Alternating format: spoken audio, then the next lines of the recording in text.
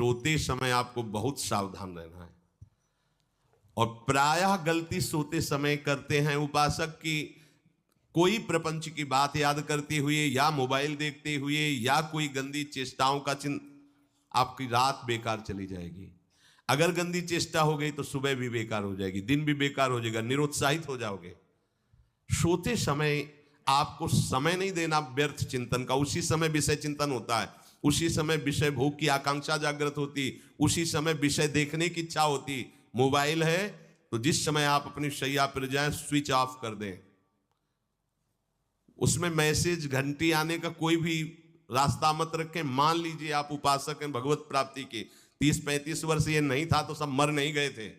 और बोले इमरजेंसी, जब इसकी 30-35 वर्ष से पहले इसकी कोई रचना नहीं थी, मुझे लगता है, क्योंकि 30-35 वर्ष में ही इसका विस्तार देखा है। नहीं तो कभी किसी के पास मोबाइल नहीं। कोई बड़े अधिकारी तो इतना बड़ा वो, इतना बड़ा वाला वो ऐसे रखते थे। नहीं तो मोबाइल तो हमें लगता है 30-35 वर्ष। तो फिर इमरजेंसी कैसे चलती थी?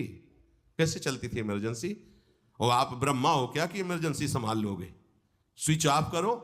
जो सब इमरजेंसी संभालने के लिए तैयार, रात दिन न सोता है, वो हर समय जागृत रहता है, वो हमारा आराध्य देव है। स्विच ऑफ करो, चिंतन लगाओ श्री जी का। ये जो रात्रि के शयन के समय मोबाइल में इधर उधर दृश्य देखने हैं, अपने सर्वनाश का बीज बोना है। मान लो, हमारी प्रार्थना मान लो। ये उस समय मन आपको परेशान करेगा जब कमरे की सिटकिनी अंदर से बंद होगी। सबसे प्रार्थना है रात्रि के शयन के समय। तो बोले फिर ठीक है 10 बजे तक देख लेंगे मोबाइल, इसके बाद शयन के समय भजन कर लेंगे। होगा ही नहीं। क्या तुम देखना चाहते हो? प्रिया प्रीतम के सिवा और कुछ क्या देखना चाहते हो? वो तो सुभग सुंदरी सहज सिंगार, सहज शोभा सर्वांग प्रति सहज रूप वृषभानुनंदिनी। हमारी स्वामिनी जी की सुंदरता छुपाने के लिए आभूषण पहनाए जाते हैं।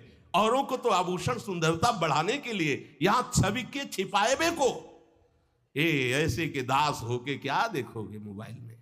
क्या देखना चाहते हो? वासना की क्रीड़ा, और तुम उस क्रीड़ा को देखना चाहते हो? परमार्थ के पथिक हो। देखना है तो प्रभु को देखने की वृत्ति रखो, अन्यथा मूंद लो आंखें प्यारे, महान फल प्राप्त करोगे। सबसे प्रार्थना है एकांत में मोबाइल रूपी दुश्मन से बचो।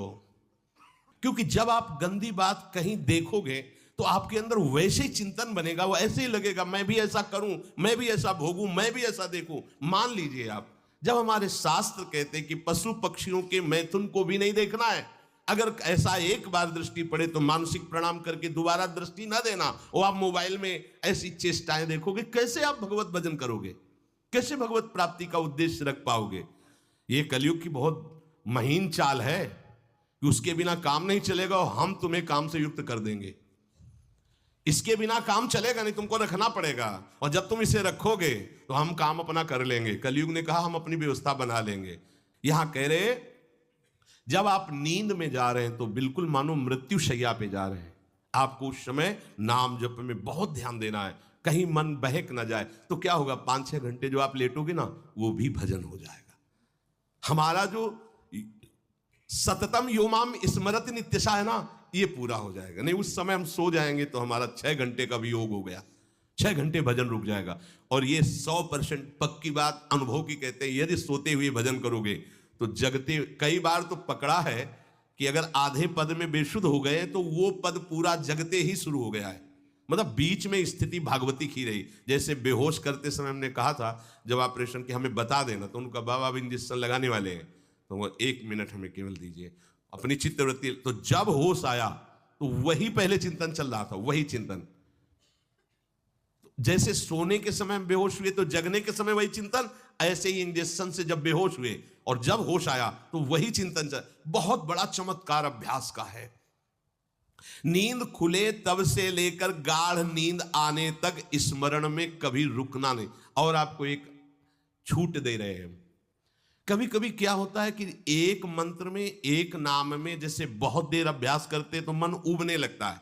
इसका स्वभाव है, ये अनुभव की बातें कहते हैं। इसका स्वभाव है नवम नवम। नहीं तो ये मतलब, तो इसको हम लोगों ने कैसे फंसाया है।